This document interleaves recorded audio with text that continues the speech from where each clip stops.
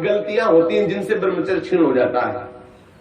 पहला, परस्पर दर्शन काम भाव से। स्त्री पुरुष का परस्पर दर्शन, आपने और कोई क्रिया नहीं हुई, केवल आपने काम भाव से युक्त होकर पुरुष को देख लिया या पुरुष स्त्री साधक को देख लिया, बस गंभीरता पूर्वक अंदर वासना पूर्वक आपने देख लिया। अब आपका ब्रह्मचर्य टिक नहीं सकता, किसी भी तरह से क्षीण हो जाएगा, आपको पता भी नहीं चलेगा। ये 8 प्रकार की गलतियों को सुधार कर लिया जाए तो पूर्ण ब्रह्मचर्य का अनुभव होने लगेगा।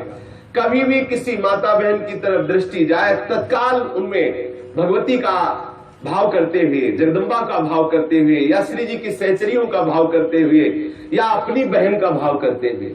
हाँ, अपनी बहन में कहीं गलती भावना थोड़ी आती है, अपनी माँ में कहीं गलत भावना थोड़ी आती है, अपनी बेटी में कहीं गलत भावना थोड़ी आती है।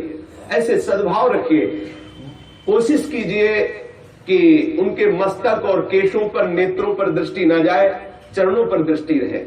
जो चाहे आपन कल्याणा, सुजस सुमति शुभगति शुभनाना, सो परनार लीलार गुसाई, तजो चौथ के चंद्र किनाई। जैसे चौथ के चंद्रमा को देखने से कलंक लगता है, लोग बचते हैं, ऐसे ही माता बहनों के नेत्र, मस्तक और केस, इन 3 को देखने के लिए अपनी दृष्टि को बचा लो। नेत्रों में नेत्र न मिलने पावे, उनके ललाट और उनके केस पास पर दृष्टि न जाने पावे, उनके चरणों पर दृष्टि रहे। संभाषण करना हो तो सर नीचा करके ही उनसे संभाषण करो। ये आद्य शक्ति जगदम्बा के अंश स्वरूपा है, ये श्री जी की सहचरी है। ऐसा भाव रखकर उनसे वार्ता करो। ज्यादा देर वार्ता मत करो, ये एकांत में वार्ता मत करो।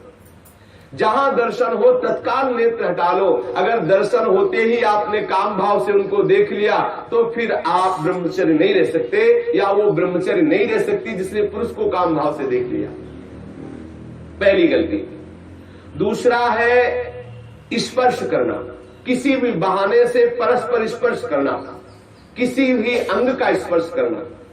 हम भले प्रकट नहीं कर रहे हैं अपनी वासना, लेकिन किसी भी बहाने से पुरुष या स्त्री के शरीर का स्पर्श करना परस्पर विपरीत भावना से, ये दूसरा लक्षण।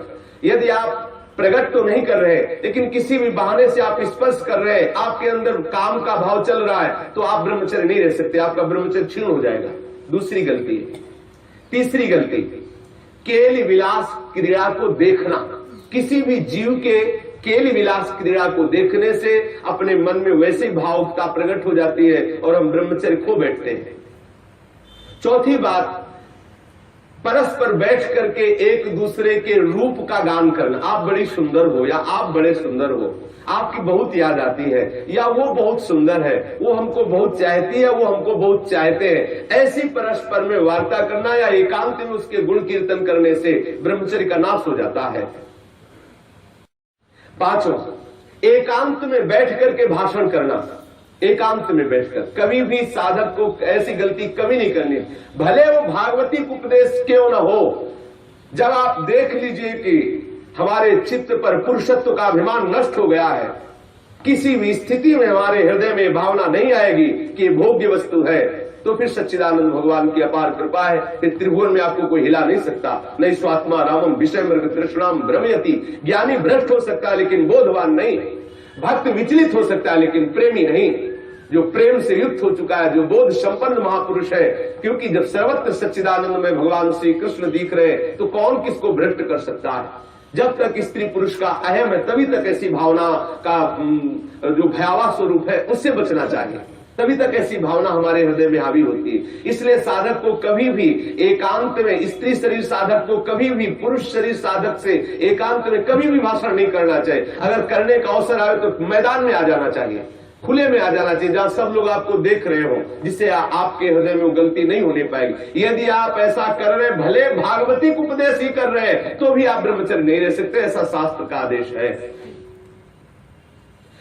एकांत में किसी स्त्री को दूर से देखकर या पुरुष शरीर को देख करके भोग का संकल्प कर लेना, वासना का संकल्प कर लेना, ये ब्रह्मचर्य का नाश कर देने वाला संकल्प होता है। दृढ़ निश्चय कर लेना, संकल्प कर लेना।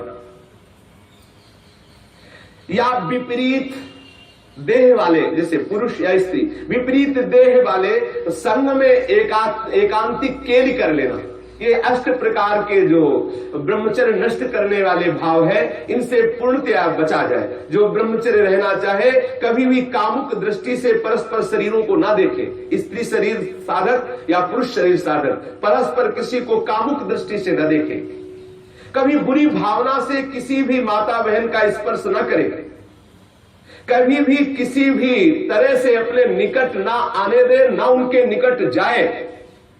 ये बहुत बहुत काम की बात है, इसे साधारण मत समझिए। हम भजन करते हुए भी जो आनंद का अनुभव नहीं कर पा रहे, यही गलती है, हम यही मिस्टेक कर रहे हैं। भले हम किसी का संपर्क नहीं कर रहे, लेकिन हमारे अंदर वासना की गणित लगती रहती, इसीलिए हमें परमानंद का अनुभव नहीं हो रहा। हमें सावधानी रखनी है।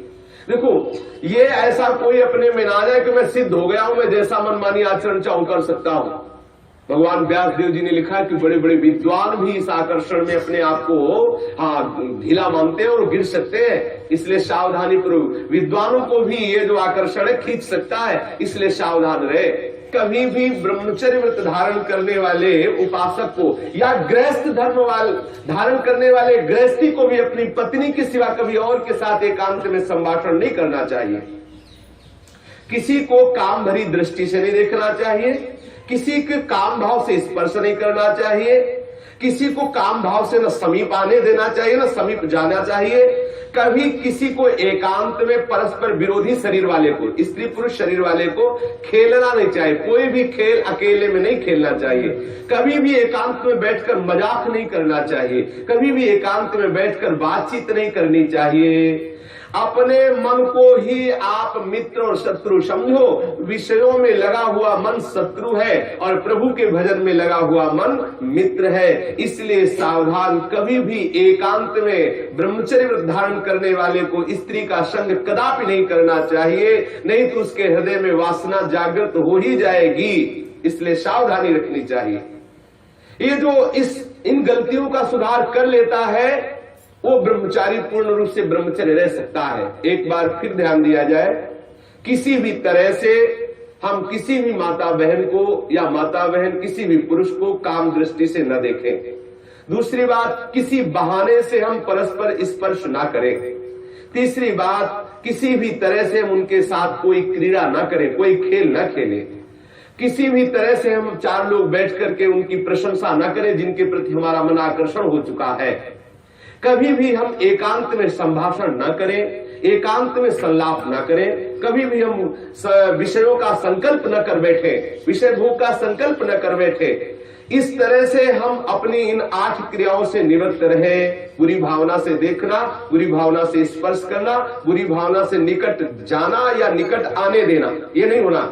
बुरी भावना के साथ अंदर से भावना बुरा रखते हुए खेल खेलना, मजाक करना, बातचीत करना, इस तरह से अपने मन को हम विषयों से बचा सकते हैं। अगर इन 8 क्रियाओं से बचा ले गए तो हम ब्रह्मचर्य रह सकते हैं। यदि आप ब्रह्मचारी होना चाहते हैं तो आप अपने मन को शुद्ध रखिए। आप अपने हृदय को कभी खाली मत छोड़िए। हृदय खाली रहेगा, मन अशुद्ध रहेगा तो शरीर में ब्रह्मचर्य रह नहीं सकते। और जिसका हृदय और शरीर और मन तीनों अशुद्ध है, वो कभी भजन नहीं कर सकता। इसलिए सावधान। आज तो और बहुत बुरी दशा हो रही है, भक्ति के नाम पर वासना का पोषण करते हैं। भक्ति के नाम पर हम सखी तुम सखा, ये सब न जाने कौन सा नाटक। भगवान कैसे कैसे प्रपंच चल गए हैं, कैसे कैसे प्रपंचिक लोग अपनी वासना की पूर्ति के लिए भक्ति का आडंबर कर रहे हैं। भक्ति को हंसी मजाक समझा जा रहा है। राधा कृष्ण की महाप्रेममयी लीलाओं को कैसे किस भावना से घसीटा जा रहा है। बहुत दुर्गति होगी, बहुत सावधान। वो देख रहा है जो सबको देख ले। अरे कोई देखे न देखे, तुम तो देख ही रहे हो ना, तुम्ही को वहां बोलना पड़ेगा, वहां तुम छुपा नहीं सकते। सर्वशक्तिमान भगवान तुम्हारे अंदर बैठे देख रहा है। भजन करना चाहते हो, भगवत प्रेम प्राप्त करना चाहते हो तो ब्रह्मचर्य पर पूर्ण दृष्टि रखो।